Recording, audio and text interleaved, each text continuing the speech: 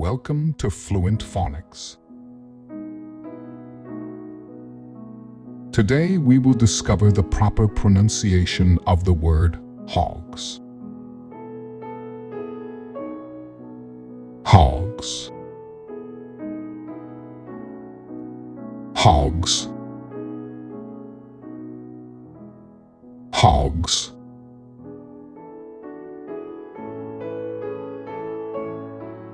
Here's an example of how one might use it in a sentence. The farm next door has a few hogs that they raise for meat. In the sentence, hogs refers to domestic pigs raised for meat production on a farm. They are typically large, stocky animals bred for their meat.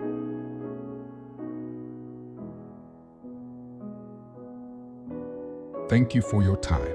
If you enjoyed this, please like and subscribe for further content.